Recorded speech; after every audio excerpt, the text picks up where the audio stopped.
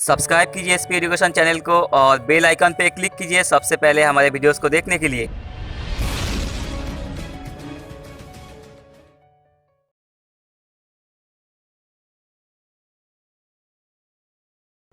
Hello दोस्तों, नमस्कार। स्वागत है आपका अपने YouTube चैनल एसपी एजुकेशन में। तो कैसे हैं आप सब लोग? आशा करता हूं आप सब लोग अच्छे होंगे, आप लोग अपने घर पर होंगे और सुरक्षित होंगे और अपने एग्जाम की तैयारी बहुत ही अच्छे से कर रहे होंगे।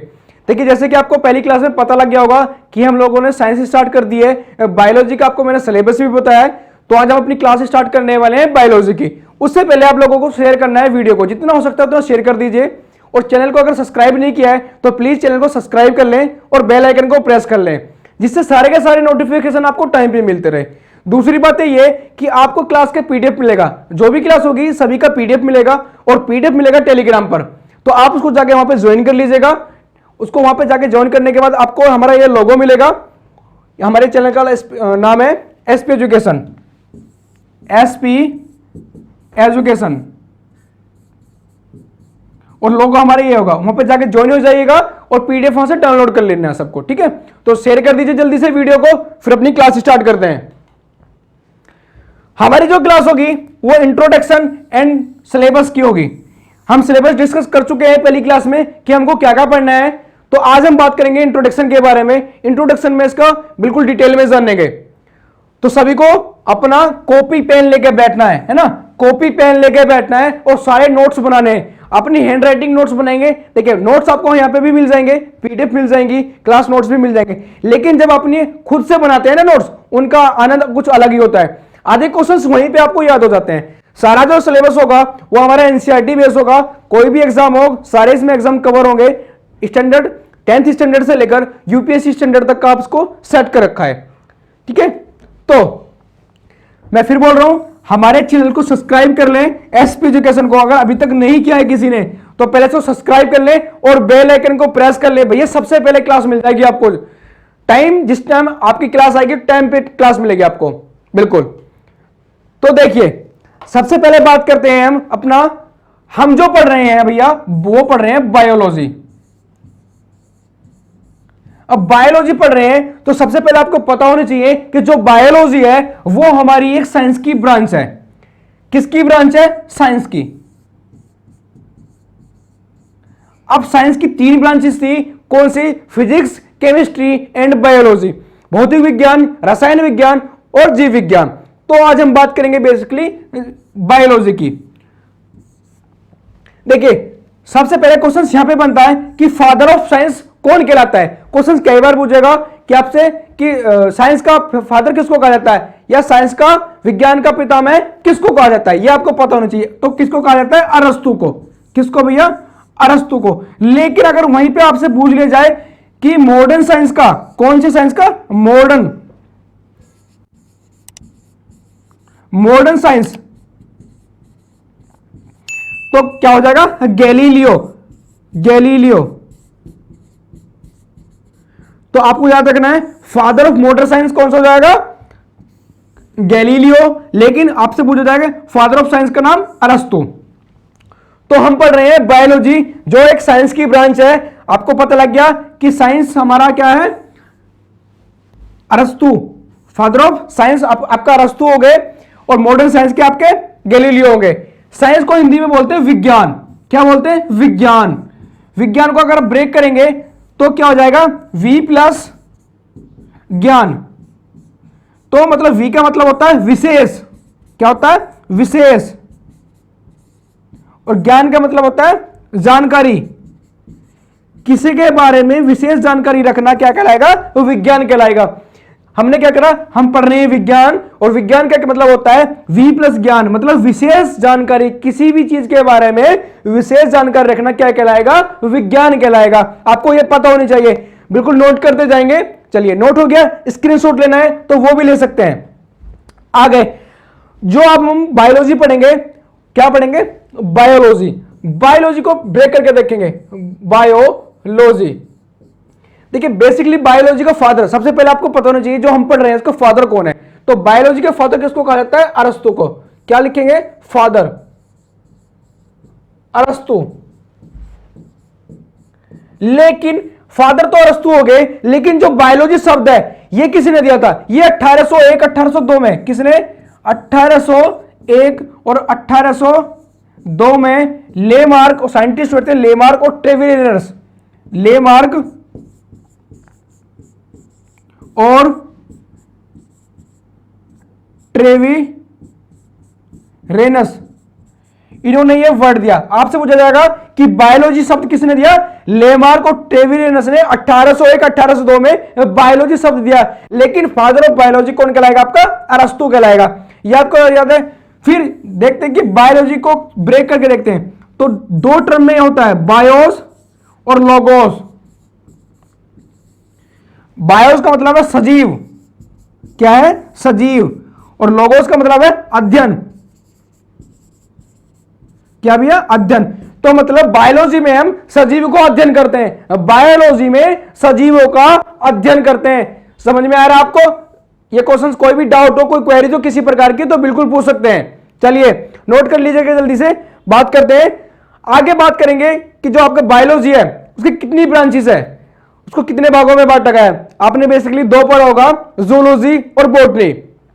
एक और होता है माइक्रोबायोलॉजी, जिसको बोलते हैं सूक्ष्म जीव विज्ञान। तो इसके बारे में भी बात करेंगे, सभी के बारे में थोड़ी थोड़ी बातें करेंगे, फिर अपना देखेंगे इंट्रोडक्शन क्लास में पूरा जितना भी टर्मिनोलॉजी हमारा यूज करते हैं वो सारी पढ़ेंगे, जो एग्जाम में 100% आपके से एक पूछी जाती है। कोई भी एग्जाम आपने देखा होगा उसमें एक आपसे पूछी गई होगी। चलिए अब बात करते हैं बायोलॉजी की ब्रांच। देखिए, एक आप होता है जूलॉजी, एक आपका होता है बॉटनी, एक इन दोनों को मिलाकर बनता है माइक्रोबायोलॉजी।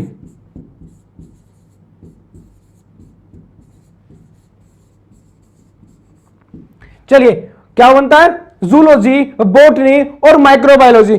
जूलॉजी को क्या बोलते हैं? जंतु विज्ञान। और बॉटनी को बोलते हैं वनस्पति विज्ञान। क्या बोलते हैं? वनस्पति विज्ञान।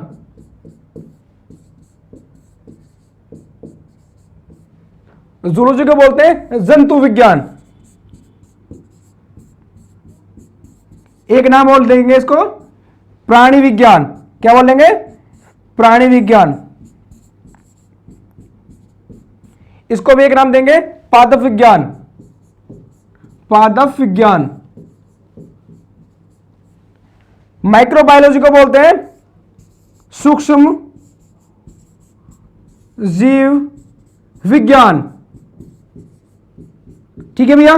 चलिए, तो बायोलॉजी में हम पढ़ेंगे जूलॉजी, बॉटनी और माइक्रोबायोलॉजी।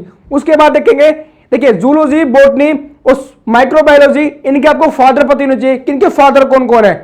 देखिए सबसे पहले बात करेंगे जूलॉजी की। तो जूलॉजी का जो फादर है आपका, वो आपका अरस्तु है। कौन है? अरस्तु। फादर ऑफ जूलॉजी किसको बोलते हैं? अरस्तु को। इन्होंने एक बुक लिखी थी, कौन सी? हिस्टोरिया एनिमेलियम। इनकी एक बुक थी, कौन सी बुक लिखेंगे यहां पे? हिस्टोरिया एनिमेलियम।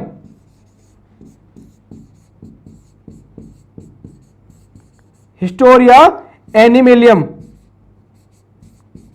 एनिमेलियम याद रह जाएगा। चलिए बात करें अगर बॉटनी की, तो बॉटनी के फादर किसको कहा जाता है? थियोफ्रास्टस को। किसको? थियोफ्रास्टस। इन्होंने भी एक बुक लिखी थी, बुक का नाम है आपका, चलिए बुक में यहां लिख देता हूं, हिस्टोरिया प्लांटेरम। Historia plantarum. भैया नोट करते जाइए। देखिए बायो को हमने क्या करा? जूलॉजी और बॉटनी में हमने कवर कर दिया। जूलॉजी और बॉटनी में दो पार्ट्स में डिवाइड कर दिया। तीसरा हमने करा माइक्रोबायोलॉजी। ठीक है।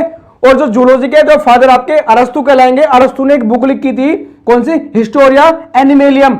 और जो बॉटनी के फादर है थियोफ्रास्टस कहलाएंगे, बुक लिखी थी हिस्टोरिया प्लांटेरम। अब कैसे याद रखेंगे? देखिए हिस्टोरिया प्लांटेरम मतलब प्लांट किसको बोलते हैं? पौधे को बोलते हैं। और प्लांट मतलब पादप। प्लांट मतलब पादप। तो आपसे पूछा जाएगा कि बॉटनी किससे रिलेटेड है? पादप विज्ञान से। बुक किसकी है? थियोफ्रास्टस की। नाम क्या है? Historia plantarum. याद रह जाएगा। उसके बाद आपका बचता है एनिमेलियम। एनिमेलियम मतलब जंतु। देखो एनिमेलियम मतलब इसमें वर्ड आ रहा है एनिमल।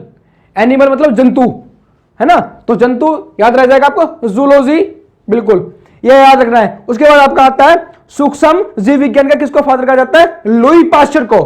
सूक्ष्म जीव विज्ञान का जो फादर कहलाएगा, कौन कहलाएगा? Louis Pasteur. चलिए याद रह जाएगा, और लुई पाश्चर क्या कहलाएगा? सूक्ष्म जीव विज्ञान का फादर कहलाएगा। तो ये थी आपकी थोड़ी बेसिक जानकारी। इसके बाद पढ़ेंगे हम इसका टर्मिनोलॉजी, कि हमारे इसमें टर्मिनोलॉजी क्या यूज होती है। देखिए आपने पढ़े होंगे ये सब ब्रांचेस ऑफ बायोलॉजी, है ना, ब्रांचेस ऑफ बायोलॉजी। मैंने आपको बताया ब्रांचेस ऑफ बायोलॉजी कौन कौन सी होती है? जीव विज्ञान की शाखाएं होती है। कौन सी? एक आपका होती है जूलॉजी, एक आपकी होती है बॉटनी। मैंने आपको बिल्कुल अभी डिटेल में बताया कि जूलॉजी के फादर अरस्तु हैं और बॉटनी के फादर थियोफ्रास्टस हैं। उन्होंने अपनी अपनी बुक लिखी थी, हिस्टोरिया एनिमेलियम और हिस्टोरिया प्लांटेरम, है ना।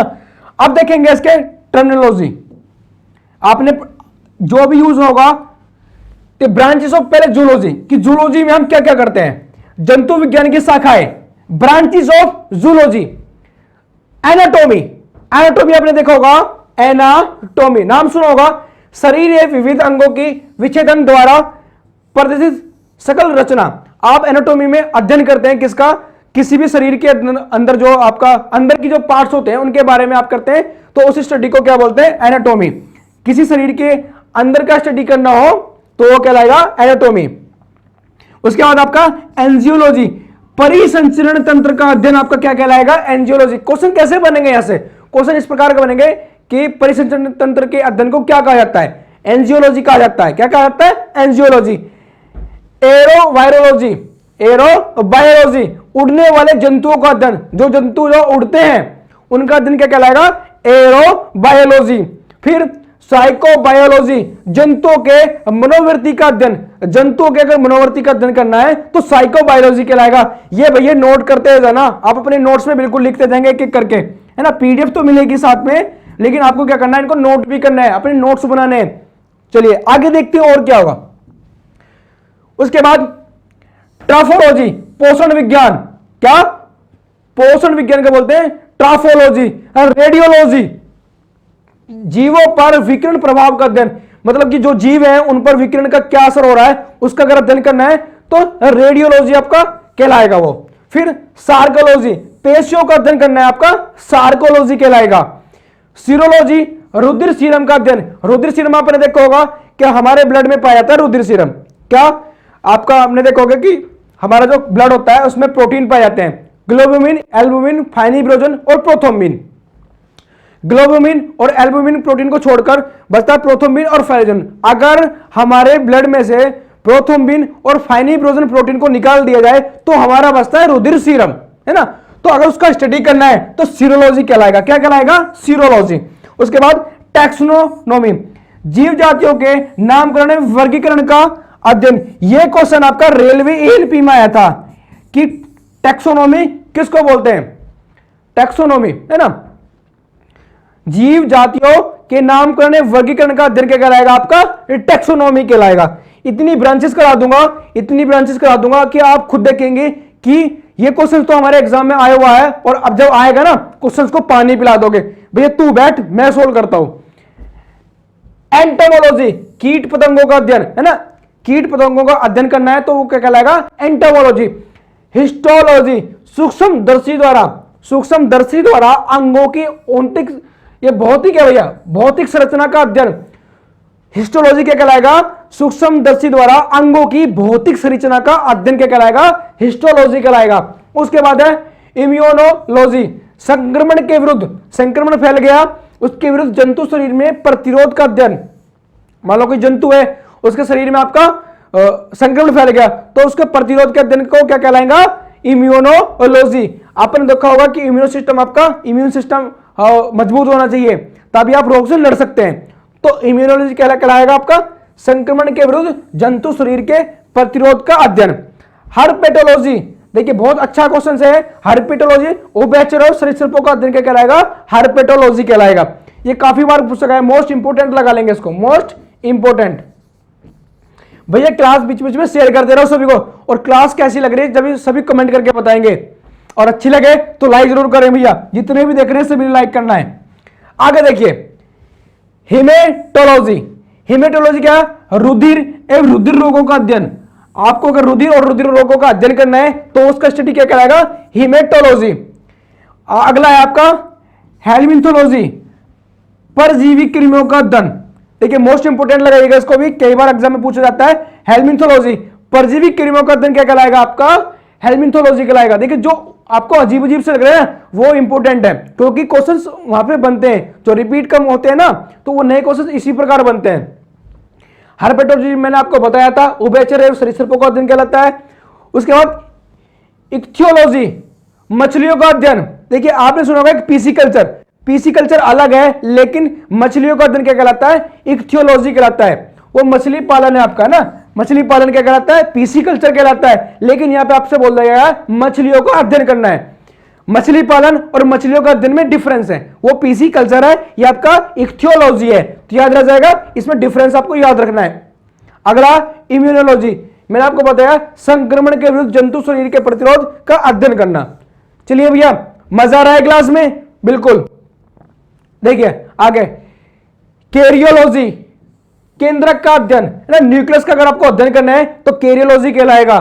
मॉर्फोलॉजी, जंतुओं की आकृति व रचना का अध्ययन, उनकी आकृति, शेप, उनकी साइज कैसा है ना, वे कैसे बनावट, उनकी रचना कैसे हुई है, अगर उसका अध्ययन करना है तो क्या कहलाएगा? मॉर्फोलॉजी कहलाएगा। उसके बाद आपका मायोलॉजी, पेशियों का अध्ययन, बहुत ज्यादा पूछा जाता है मायोलॉजी, इसमें कंफ्यूजन आ जाता है बच्चों का कई बार। तो मायोलॉजी क्या होता है? पेशियों का अध्ययन, ये इंपोर्टेंट लगा लेंगे। फिर मेमोलॉजी, मेमेलोलॉजी, स्तनधारियों का अध्ययन। मेमे जिसको देखिए आपने नाम सुना होगा मेमल्स, किसको बोलते हैं? स्तनधारी को। तो याद रखेंगे मेमल से मेमेलोलॉजी, स्तनधारियों का अध्ययन, याद रह जाएगा। चलिए थोड़ा सा क्या करें, रिलेट करेंगे वर्डों को। मेमल्स, मेमल से याद रखेंगे मेमेलोलॉजी। फिर अगला है मेकोलॉजी, मेलेकोलॉजी, मोलास्का एवं इनके खोलों का अध्ययन। आपने देखा होगा कि जो हम ब्लड सर्कुलेशन सिस्टम पढ़ेंगे, मोलास्का और आपका आर्थ्रोपोडा में क्या पाया जाता है? ओपन ब्लड सर्कुलेशन सिस्टम पाया जाता है। तो इनके खोल होते हैं है ना, तो उनके अध्ययन करना है। मोलास्का का और इनके खोलों का अध्ययन क्या कहलाएगा? आपका मेलेकोलॉजी। क्या कहलाएगा? आपका मेलेकोलॉजी। चलिए अगला देखते हैं मॉलिक्यूलर बायोलॉजी। मॉलिक्यूलर बायोलॉजी मतलब आणविक स्तर पर जंतुओं की रासायनिक अध्ययन है ना, उनके अंदर केमिकल्स के चेंज वगैरह जो आपको स्टडी करना है तो वो करेंगे आप मॉलिक्यूलर बायोलॉजी में। माइक्रोबायोलॉजी, अति सूक्ष्म जीवों का अध्ययन। अभी मैंने आपको बताया था कि एक ब्रांचेस है हमारी बायोलॉजी में जिसको बोलते हैं माइक्रोबायोलॉजी। अति सूक्ष्म विज्ञानों का अध्ययन मतलब जिनको हम नग्न आंखों से नहीं देख सकते, we can not see by naked eyes है ना, उसको क्या बोलेंगे आप? माइक्रोबायोलॉजी बोलेंगे। उसके बाद न्यूरोलॉजी है ना, तंत्रिका तंत्र का अध्ययन, न्यूरोलॉजी, याद रह जाएगा न्यूरोलॉजी। ये कॉमन से वर्ड है, ये तो काफी बार एग्जाम में पूछे गए। न्यूरोलॉजी। ऑस्टियोलॉजी, क्या? ऑस्टियोलॉजी, कंकाल तंत्र का अध्ययन। कंकाल तंत्र का आपको अध्ययन करना है तो उसके अध्ययन को क्या कर लेंगे? ऑस्टियोलॉजी।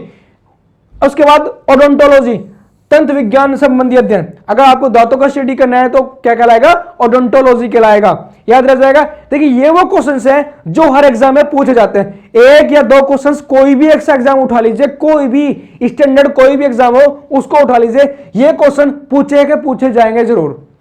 100% श्योर हूं कि यहां से क्वेश्चन आपके एग्जाम में आएगा ही आएगा।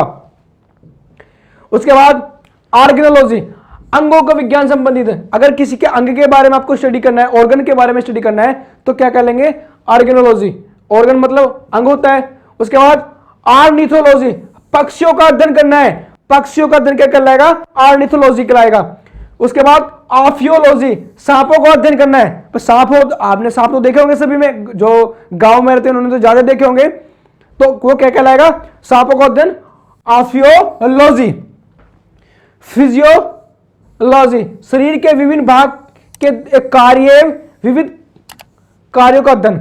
फिजियोलॉजी आपने देखा होगा, फिजियोलॉजी किसको बोलते हैं? शरीर के विभिन्न अंग भागों के कार्य एवं कार्य विधियों का अध्ययन, कि वो अंग कैसे काम कर रहा है, कैसे नहीं काम कर रहा है, कौन सा अंग काम कर रहा है। जैसे आपके हाथ पैर कर रहा है तो इसके बारे में अगर जानना है कि ये काम कैसे करता है तो क्या कहलाएंगे? फिजियोलॉजी। उसके बाद आपका पैरासिटोलॉजी, पैरासिटोलॉजी, परजीवी जीवों का अध्ययन, जो परजीवी जीव होते हैं उनका अगर आपको अध्ययन करने हैं तो पैरासिटोलॉजी कहलाएंगे, है ना। उसके बाद आपका पैथोलॉजी, रोगों की प्रकृति, लक्षण एवं कारणों का अध्ययन। आपको बोला जाएगा कि पैथोलॉजी किसको बोलते हैं, तो रोगों की प्रकृति, कैसे उसके रोग है, लक्षण क्या है, उसके कारणों का अध्ययन आपका क्या कहलाएगा, पैथोलॉजी कहलाएगा। उसके बाद है बायोमिक्स, जंतुओं के तंत्रिका तंत्र का अध्ययन, जंतुओं के तंत्रिका तंत्र का अध्ययन क्या कहलाएगा, बायोमिक्स कहलाएगा। उसके बाद आपका साइटोलॉजी, कोशिका का बहुमुखी अध्ययन, अगर सेल्स का आपको स्टडी करना है, सेल्स स्टडी करना है तो क्या कहलाएगा, साइटोलॉजी। याद रह जाएंगे, ये आपके कंप्लीट हुए कहां तक के, ब्रांचेस ऑफ जूलॉजी की। अब जो बात करेंगे, अब बात करेंगे branches of botany, branches of botany. तो यहां तक कि आपको नोट हो गई हैं। चलिए अब बात करेंगे वनस्पति विज्ञान की शाखा, ब्रांचेस ऑफ बॉटनी, वनस्पति विज्ञान की शाखाओं के बारे में हम बात करेंगे। पहली है एग्रोस्टोलॉजी, घासों का अध्ययन एवं पालन। अगर आपको घास का अध्ययन करना है, घास का अध्ययन करना है तो एग्रोस्टोलॉजी कहलाएगा उसका अध्ययन। उसके बाद है बायोमेट्रिक्स, जैव विज्ञान के प्रशिक्षणों का गणितीय विवेचन, मतलब आपको जीव विज्ञान के प्रशिक्षणों का आपको गणितीय अध्ययन करना है तो क्या कहलाएगा, बायोमेट्रिक्स। देखिए आपने देखा होगा कहीं पे बायोमेट्रिक्स इस तरह से थंब लगे होते हैं, तो उसमें क्या करते हैं, वो आपके फिंगर्स को स्कैन करके और नंबर्स में कैलकुलेट करके तब आपका वो काम करता है, तो वो क्या कहलाता है आपका बायोमेट्रिक्स। उसके बाद आपने देखा होगा हिस्टोलॉजी, ऊतकों का अध्ययन, टिश्यू, टिश्यू का अगर स्टडी करना है तो हिस्टोलॉजी। एल्गोलॉजी, सवालों का अध्ययन, क्या कहलाएगा, एल्गी बोलते हैं सवाल को, एल्गी किसको बोलते हैं, सवाल को, तो एल्गोलॉजी क्या कहलाएगा, सवालों का अध्ययन कहलाएगा। देखिए कुछ वर्ड आपको रिलेट भी करके याद रखने हैं, ये नहीं कि सभी को ट्रिक से याद करेंगे या कैसे याद करेंगे, तो कुछ याद करने हैं आपको रिलेट करके, किसको कैसे आपस में रिलेट कर सकते हैं। तो एल्गोलॉजी क्या कहलाएगा, सवालों का अध्ययन कहलाएगा। सिंपल सी बात है, आगे चले। एंथ्रोलॉजी, एंथ्रोलॉजी मतलब फूलों का अध्ययन, फूलों की फ्लावर्स की अगर स्टडी करनी है आपको क्या कहलाएगा, एंथ्रोलॉजी कहलाएगा। एनाटॉमी मैंने बताया कि आंतरिक संरचना का अध्ययन। अब मान लो कि बॉडी है कोई, है ना, ये बॉडी है, इसके अगर अंदर के पार्ट्स की आपको स्टडी करना है तो क्या कहलाएगा, एनाटॉमी, क्या कहलाएगा, एनाटॉमी। टैक्सोनॉमी क्या कहलाएगा, पादप वर्गीकरण का अध्ययन, पादप वर्गीकरण का अध्ययन क्या कहलाएगा, टैक्सोनॉमी कहलाएगा। उससे आगे है स्पर्मोलॉजी, मतलब बीजों का अध्ययन, जो आपके सीड्स होते हैं, बीज होते हैं ना, जो आप फ्रूट्स खाते हैं काफी सारे, या गेहूं का काफी सारे बीज होते हैं, चने का बीज हो गया, बहुत सारी जितने भी आप बोते हैं, फसल बोते हैं, ट्री बोते हैं, उनके बीज होते हैं, तो उनके बीजों का अगर आपको अध्ययन करना है तो क्या कहलाएगा, स्पर्मोलॉजी। चलिए स्पेस बायोलॉजी, स्पेस बायोलॉजी मतलब अंतरिक्ष वायुमंडल में स्थित पादपों का अध्ययन। आपने देखा होगा कि कुछ ऐसे होते हैं जो आपके अंतरिक्ष में होते हैं, जैसे कुछ तो आपका आपके अर्थ में भी देख लीजिएगा कि कुछ ऐसे होते हैं जो आपके रेगिस्तान में ही होते हैं, कुछ जो बर्फ में ही होते हैं, है ना, कुछ जल में होते हैं, कुछ जल के नीचे होते हैं, कुछ जल के ऊपर होते हैं। तो ऐसी स्पेस बायोलॉजी, कुछ पादप जो है आपका स्पेस में होते हैं, अंतरिक्ष में होते हैं, उनका जो आपका स्टडी कहलाएगा स्पेस बायोलॉजी कहलाएगा। याद रह जाएगा, बिल्कुल। उसके बाद देखेंगे बैक्टीरियोलॉजी, जीवाणु को अध्ययन करना है। अगर आपको किसी भी जीवाणु का अध्ययन करना है तो वो क्या कहलाएगा, बैक्टीरियोलॉजी कहलाएगा।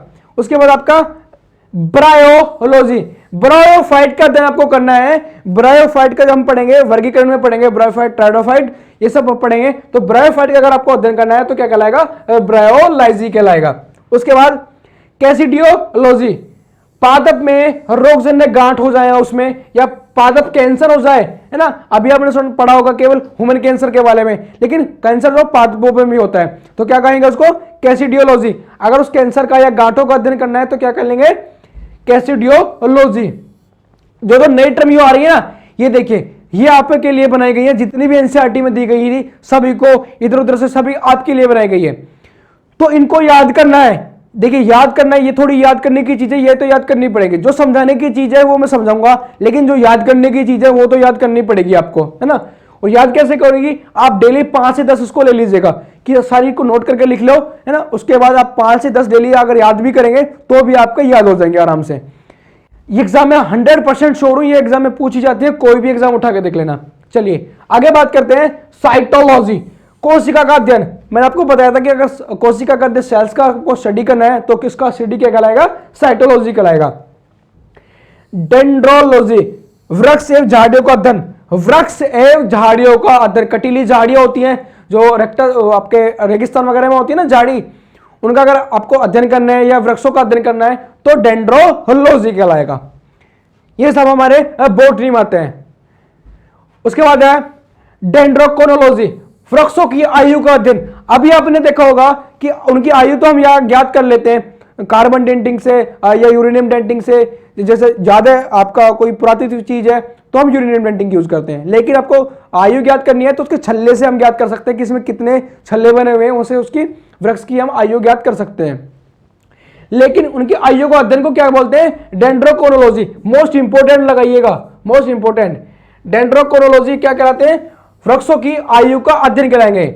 उसके बाद इकोलॉजी, इकोलॉजी मतलब पौधों का वातावरण से संबंध का अध्ययन, कि वो पौधे जो है आपके वातावरण में कैसे उसको कंफर्ट है या नहीं है, वो सुटेबल, उस इन्वायरमेंट में सुटेबल है या नहीं है, वो ठीक है, वो उनको पर्टिकुलर वे में सनलाइट आ रही है, जल मिल रहा है, नहीं मिल रहा है। तो इकोलॉजी क्या कहलाएगा, पौधों का वातावरण से संबंध का, उनका कैसा संबंध है वातावरण से, उन्हें कहीं कोई पोल्यूशन तो नहीं ज्यादा हो रहा है, उस तरह की कई घटना होती हैं। उसके बाद है एक्सोबायोलॉजी, अन्य ग्रहों पर संभावित जीवों की उपस्थिति का अध्ययन। मतलब जैसे कि आपको पता होगा कि कभी मंगल ग्रह पर चल रही है कि मंगल ग्रह पर जीवन हो सकता है, तो जितने और ग्रह हैं जैसे बृहस्पति हो गया, मंगल हो गया, और जितने भी ग्रह हैं उन पर अगर रिसर्च चल रही है तो उन पे संभावित जीवों का अगर उपस्थिति का अध्ययन करना है तो एक्सोबायोलॉजी कहलाएगा। क्या कहलाएगा, एक्सोबायोलॉजी कहलाएगा। उसके बाद आपका फ्लोरिकल्चर है ना, फ्लोरिकल्चर सजावटी फूलों का संवर्धन एवं अध्ययन। फ्लोरिकल्चर क्या कहलाएगा, सजावटी फूलों का संवर्धन एवं अध्ययन कहलाएगा। उसके बाद फॉरेस्ट्री, वनों का अध्ययन। आपको अगर बड़े से बड़े जैसे वन हो गए, अभी आपने छोटे छोटे देखे होंगे कि मान लो कि पौधों का वातावरण से संबंध होगा इकोलॉजी, लेकिन आपको पूरे वन का अध्ययन करना है, वन तो काफी बड़े होते हैं, तो क्या कहलाएगा, फॉरेस्ट्री। फॉरेस्ट मतलब वन, तो इसको रिलेट करेंगे फॉरेस्ट्री से, फॉरेस्ट्री, फॉरेस्ट, वनों का अध्ययन कैसे होगा, फॉरेस्ट्री। बहुत अच्छे भैया। उसके बाद जेनेटिक्स, जेनेटिक्स अनुवांशिकता एवं विभिन्नताओं का अध्ययन। जेनेटिक्स क्या होगा आपका, जेनेटिक्स होगा अनुवांशिकता एवं विभिन्नता का अध्ययन। कैसे हम जीन्स में चेंज कर सकते हैं, किस जीन्स को चेंज करने से क्या इसमें चेंज आएगा, तो उसका आपको स्टडी करना है, तो वो क्या कहलाएगा, आपका जेनेटिक्स कहलाएगा। उसके बाद जेनेटिक इंजीनियरिंग, कृत्रिम जीन का निर्माण, कि कैसे इसको आर्टिफिशियली हम जनरेट कर सकते हैं और इसका स्थानांतरण मतलब ट्रांसफर कैसे कर सकते हैं, एक से दूसरे में ट्रांसफर, है ना, जेनेटिक्स इंजीनियरिंग कहलाएगा आपका कृत्रिम जीन का निर्माण एवं स्थानांतरण का अध्ययन। उसके बाद आपका जेरोंटोलॉजी, जेरोंटोलॉजी मतलब आयु के साथ जीवों में होने वाले परिवर्तन का अध्ययन। आपका जेरोंटोलॉजी कहलाएगा आयु के साथ, जैसे जैसे आयु बढ़ती जा रही है तो जीवों में क्या क्या परिवर्तन हो रहे हैं उनका अध्ययन क्या कहलाएगा, जेरोंटोलॉजी कहलाएगा। उसके बाद आपका आता है लाइकेनोलॉजी, क्या, लाइकेनोलॉजी, लाइकेन को अध्ययन करना क्या कहलाएगा, लाइकेनोलॉजी। रिलेट करेंगे इसको लाइकेन और लाइकेनो, है ना, लाइकेनो और लाइकेनोलॉजी आपस में इसको रिलेट करके याद रखेंगे। उसके बाद क्या है, लिम्नोलॉजी, झीलों तथा अलवणीय जलीय पादपों का अध्ययन।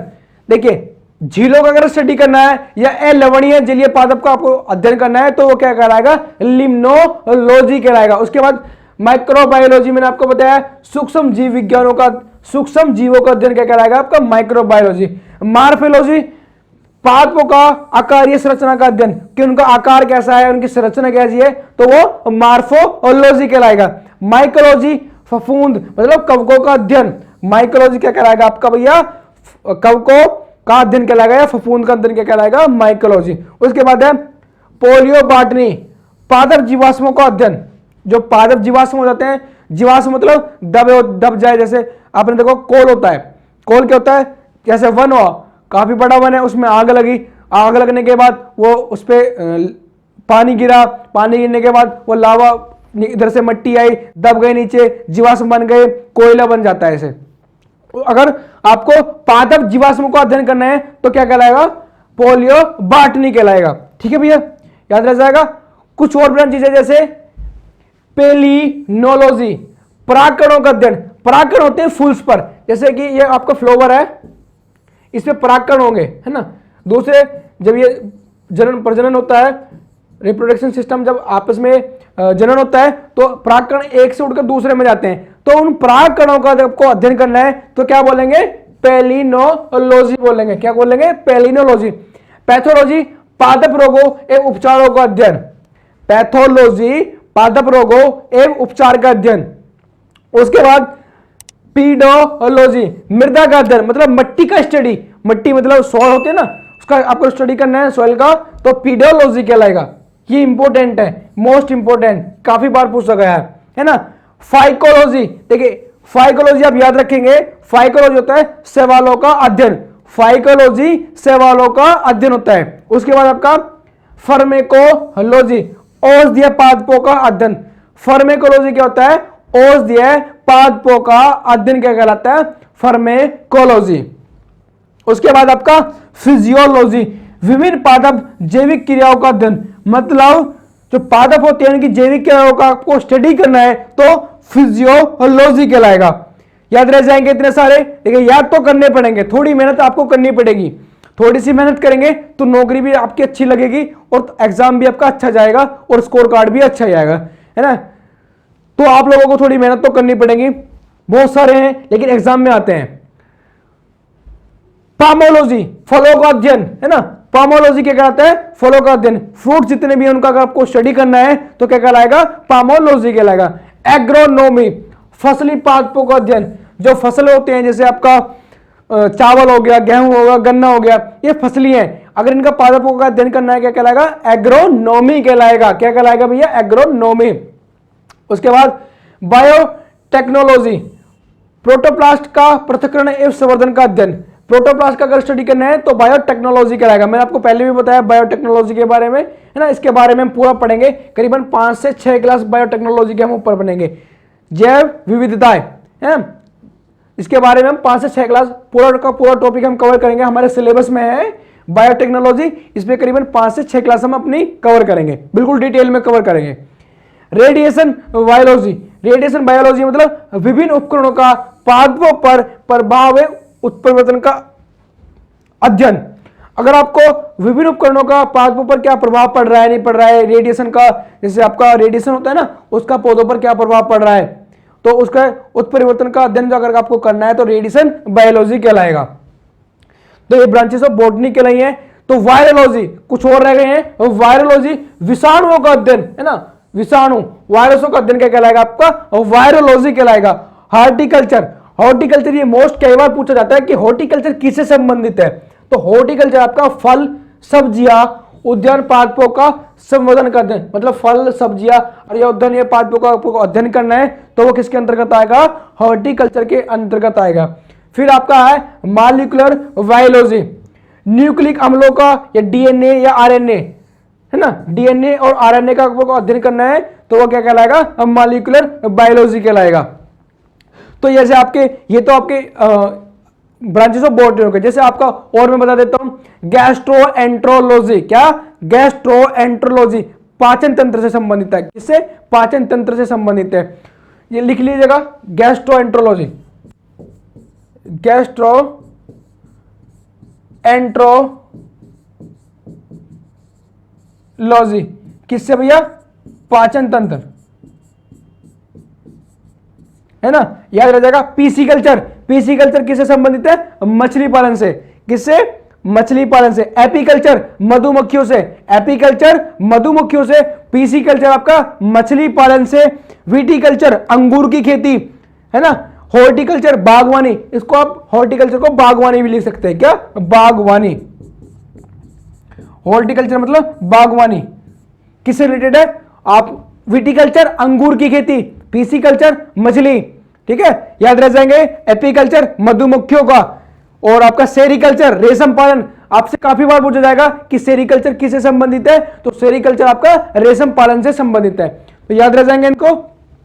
देखिए आपने पढ़ा होगा कि हार्ट, हमारी बॉडी में एक हार्ट होता है, तो हार्ट की आपको स्टडी करनी है तो क्या, कार्डियोलॉजी। क्या बोलेंगे, कार्डियोलॉजी। अगर हार्ट की स्टडी करनी है तो कार्डियोलॉजी हो जाएगा, लेकिन हार्ट के साथ रुधिर परिसंचरण तंत्र की, ब्लड सर्कुलेशन सिस्टम की स्टडी करनी है तो क्या कहलाएंगे, एंजियोलॉजी। क्या कहलाएंगे, एंजियोलॉजी कहलाएगा, याद रह जाएगा। उसके बाद लीवर का आपको अध्ययन करना है तो हिपेटोलॉजी, ब्लड का हिमेटोलॉजी, किडनी का नेफ्रोलॉजी, एक नाम और यूज करते हैं रीनोलॉजी, ब्रेन का न्यूरोलॉजी, बोन्स का मैंने आपको बता दिया है, ठीक है। डेंड्रोलॉजी, काष्ठीय पादपों का अध्ययन। एक इकोलॉजी, इकोलॉजी क्या होता है, पारिस्थितिकी, है ना, पारिस्थितिकी का अध्ययन आपको करना है तो इकोलॉजी कहलाएगा। मैंने आपको वो भी बता दिया, इकोलॉजी भी, ठीक है। और आपका रह जाता है जैसे मानव शरीर की आंतरिक संरचना का अध्ययन करना है, जैसे ह्यूमन बॉडी है उसकी आंतरिक संरचना का अध्ययन करना है तो एनाटॉमी। अगर बाहर का करना है तो मार्फोलॉजी, आंतरिक एनाटॉमी, बाहर का मार्फोलॉजी कहलाएगा। याद रह जाएंगे इतने सारे। चलिए उसके बाद पैथोलॉजी, रोगों का अध्ययन करना है, ठीक है। और आपका कान का ओटोलॉजी, आपको अगर कान का अपने ईयर का अध्ययन करना है तो ओटोलॉजी कहलाएगा। इतने सारे आपको सारे लिखने हैं, जो मैं बोल रहा हूं वो भी लिखने हैं, जो मैंने आपको बताए हैं नोट्स में मिले हैं वो भी सारे लिखने। चलिए ब्रांचेस ऑफ बायोलॉजी, जैसे सिल्वीकल्चर, वन्य वृक्ष तथा उनके पादपों का अध्ययन। वन्य वृक्ष होते हैं, जो फॉरेस्ट आपके वन होते हैं, वृक्ष होते हैं, उनका आपको अध्ययन करना है तो सिल्वीकल्चर के अंतर्गत उनका अध्ययन करना होगा आपको, ठीक है। फिर टिश्यू कल्चर, मोस्ट इंपोर्टेंट लगाएंगे इसको, टिश्यू कल्चर को कई बार पूछा गया एग्जाम में। टिश्यू कल्चर, कृत्रिम माध्यम पर ऊतकों का संवर्धन। अगर आपको ऊतकों का, टिश्यूज का आपको अध्ययन करना है तो वो क्या कहलाएगा, आपका टिश्यू कल्चर कहलाएगा, ठीक है। मोस्ट इंपोर्टेंट लगाएंगे। ये रेलवे तक, रेलवे, एएलपी, साथ में एनटीपीसी, एसएससी और मेरे खुद एग्जाम यूपी पीसीएस में आया है ना। उसके बाद हिस्टोकेमिस्ट्री, देखिए हिस्टोकेमिस्ट्री क्या है, कोशिकाओं में ऊतकों का विभिन्न रासायनिक पदार्थों की स्थिति में अध्ययन। सेल्स का और टिश्यूज का विभिन्न रासायनिक पदार्थ, मतलब केमिकल रिएक्शंस के उसमें आपको स्टडी करना है तो क्या कहलाएगा, आपका हिस्टोकेमिस्ट्री कहलाएगा। याद रह जाएगा, बिल्कुल। ये सारे के सारे आपको नोट्स में अपने लिखने हैं, याद करने हैं, है ना। अब जो बात करेंगे विज्ञान की प्रमुख शाखाएं के जनक, मतलब जो ब्रांचेस है जो हम पढ़ रहे थे उनकी जो जनक कौन है, फादर कौन है, उनके बारे में हम पढ़ेंगे। Father of major branches of science, क्या बोलेंगे, father of major branches of science. कुछ प्रमुख शाखाएं हैं उनके बारे में, उनके फादर आपको पता करने हैं। जैसे जंतु विज्ञान, अरस्तु जंतु विज्ञान के जो फादर है आपके अरस्तु कहलाएंगे। अनुवांशिकी, जेनेटिक्स का जे मेंडल, इन्होंने एक मटर के पौधे पर अपना प्रयोग किया था जे मेंडल ने, याद रह जाएगा। विकिरण अनुवांशिकी, एच जे मुलर, विकिरण अनुवांशिकी एच.जे. मुलर। उसके बाद आधुनिक अनुवांशिकी, बेटसन। रक्त परिसंचरण तंत्र, विलियम हार्वे, है ना, 1628, विलियम हार्वे 1628 में। रक्त परिसंचरण तंत्र की खोज किसने की, विलियम हार्वे ने। कब की, 1628 में। मैं आपको पढ़ाऊंगा जब ब्लड सर्कुलेशन सिस्टम, तो मैं बिल्कुल आपको सारा का सारा कवर कराऊंगा। चलिए और देखते हैं वर्ग की classification, Carolus Linnaeus. Most important लगाओगे इसको, मोस्ट इंपोर्टेंट, कई बार पूछा गया एग्जाम में। कैरोलस लीनियस को क्या कहा गया, वर्गीकी का फादर कहा गया। चिकित्सा शास्त्र, हिप्पोक्रेटस, चिकित्सा शास्त्र हिप्पोक्रेटस। माइक्रोस्कोपी, माइक्रोस्कोपी क्या, मार्सेलो मालपिजी, मार्सेलो मालपिजी। उसके बाद जीवाणु विज्ञान, रॉबर्ट कोच, रॉबर्ट कोच किसका, जीवाणु विज्ञान का। प्रतिरक्षा विज्ञान, एडवर्ड जेनर, प्रतिरक्षा विज्ञान एडवर्ड जेनर। उसके बाद जीवाश्म विज्ञान, लियोनार्डो विंसी, लियोनार्डो विंसी। इसकी इनकी एक कृति रचना भी है, लास्ट सफर, लास्ट सफर। या देखिए क्वेश्चंस को कहीं भी आ सकता है ना, जीवाश्म विज्ञान के लियोनार्डो विंसी।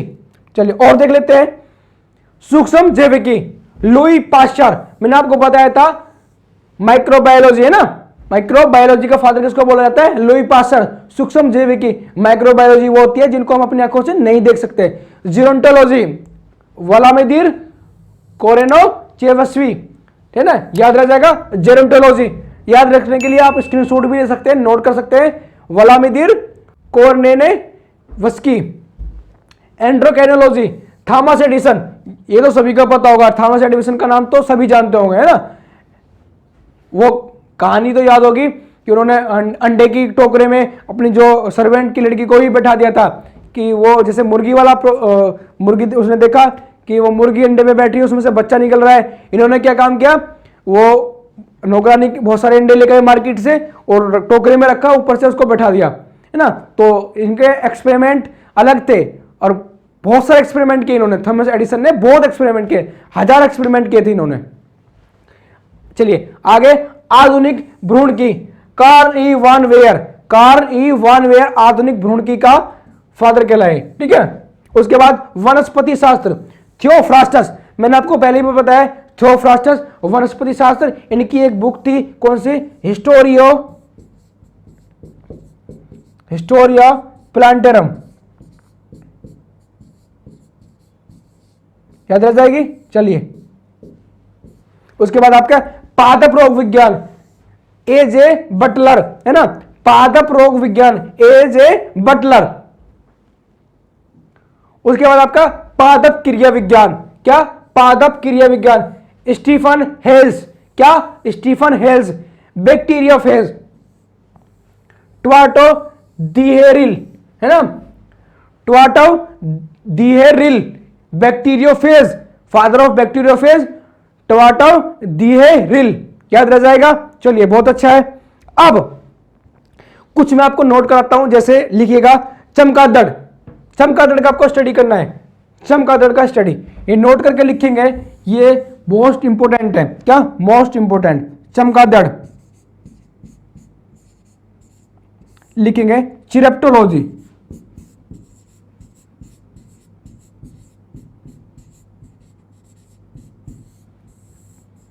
चमगादड़ का मतलब लिखेंगे चिरेप्टोलॉजी। स्पंज का पैरालॉजी, स्पंज का पैरालॉजी, स्पंज पैरालॉजी। देखिए जो मैं लिखवा रहा हूं वो बिल्कुल नोट करके लिखे जाएंगे, एक एक करके लिखे जाएंगे। स्पंज का मतलब पैरालॉजी। चीटी का अध्ययन मिरमेकोलॉजी, चीटी, यहां लिख देता हूं, चीटी मिरमेकोलॉजी, क्या, मिरमेकोलॉजी।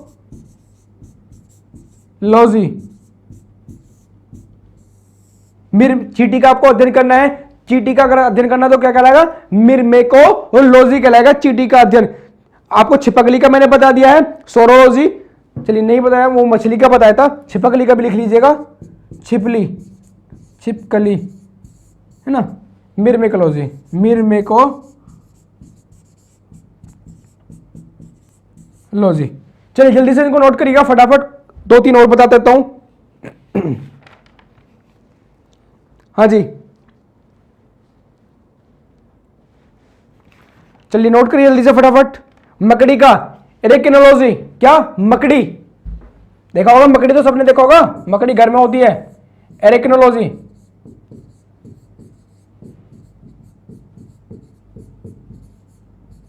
एरेकिनोलॉजी, मकड़ी का अध्ययन क्या कहलाएगा, एरेकिनोलॉजी। तो आपकी ये आपकी बेसिक क्लास थी, इंट्रोडक्शन क्लास थी, इसमें आपने जितने भी इसकी टर्मिनोलॉजी है वो सारी पढ़ी है और इनसे क्वेश्चन आता ही आता है। एक क्वेश्चन तो 100% श्योर है, कोई भी एग्जाम देख लेना 100% श्योर एक क्वेश्चन और क्वेश्चन है, ठीक है। और मैंने आपको बता दिया कि इतने भी हमारे नोट्स हैं सारे पीडीएफ पे टेलीग्राम पे मिलेंगे। तो कोई भी आपको डाउट हो किसी भी प्रकार का तो आप बिल्कुल भेज सकते हैं कमेंट बॉक्स में लिख के। तो हमारे चैनल को सब्सक्राइब कर लेना है। देखिए सबसे पहले तो आपको ये चैनल सब्सक्राइब करना है। चैनल सब्सक्राइब करेंगे, बेल आइकन को प्रेस करेंगे तो क्लास के नोटिफिकेशन आपको टाइम से मिल जाएंगे। जैसे ही क्लास अपलोड होगी, क्लास आएगी, आपको नोटिफिकेशन मिल जाएगा, आप क्लास अटेंड कर पाएंगे। साथ में जो भी आपके नोट्स होंगे, पीडीएफ होंगे, वो आपको टेलीग्राम पे मिलेंगी। टेलीग्राम के चैनल का नाम है हमारे का एसपी एजुकेशन, लोगो हमारा ये मिलेगा, जाके ज्वाइन करना है, फटाफट उसको सब्सक्राइब करना है और वहां से पीडीएफ डाउनलोड करनी है और पढ़ना है, अच्छे से पढ़ना है। कोई भी डाउट, कोई क्वेरीज किसी भी प्रकार का या कोई सजेशन हो, बिल्कुल कमेंट बॉक्स में लिख के साथ में क्लास को शेयर करना है। जितना हो सकता है मैक्सिमम उसको शेयर करेंगे, जहां तक पहुंचाना है पहुंचाइए। जितना भी क्लास को शेयर करेंगे उतना अच्छा रहेगा, क्योंकि सब तक क्लास पहुंचेगी। सब तक क्लास का मतलब है सबका भला होगा, आपके साथ साथ किसी और का भी भला हो जाए तो बहुत अच्छी बात है ना। तो ज्यादा से ज्यादा शेयर करें और लाइक करें, कमेंट करें, अपनी क्लास को रेगुलर रखें, उसके लिए बेल आइकन को प्रेस करना ही करना है, जिससे कि आपकी क्लास डेली होती रहे, है ना। आइए, अटेंड करिए क्लास को और अपने नोट्स बनाइए। नोट्स बनाएंगे तो आपके पास रिवीजन के लिए भी कुछ ना कुछ होगा, है ना। और तब तक के लिए अपने घर पर रहिए, सुरक्षित रहिए, पढ़िए आराम से। किसी भी प्रकार की कोई क्वेरीज हो बिल्कुल भेज सकते हैं। Thank you, all the best, जय हिंद, जय भारत।